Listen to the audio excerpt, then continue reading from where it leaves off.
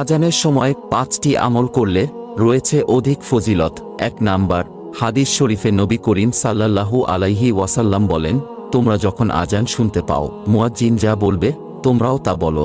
2 number, মুয়াজ্জিনের আজানের জবাব দিয়ে আমার উপর দুরূদ পাঠ করো।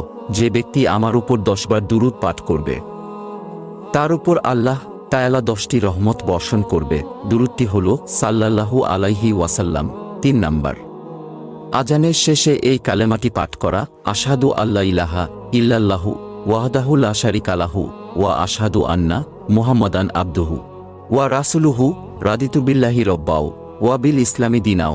এটি পাঠ করলে বান্দার জীবনের সমস্ত গুনাহ মাফ করে দেওয়া হয়। 4, আজান শেষে আল্লাহর কাছে দোয়া করো।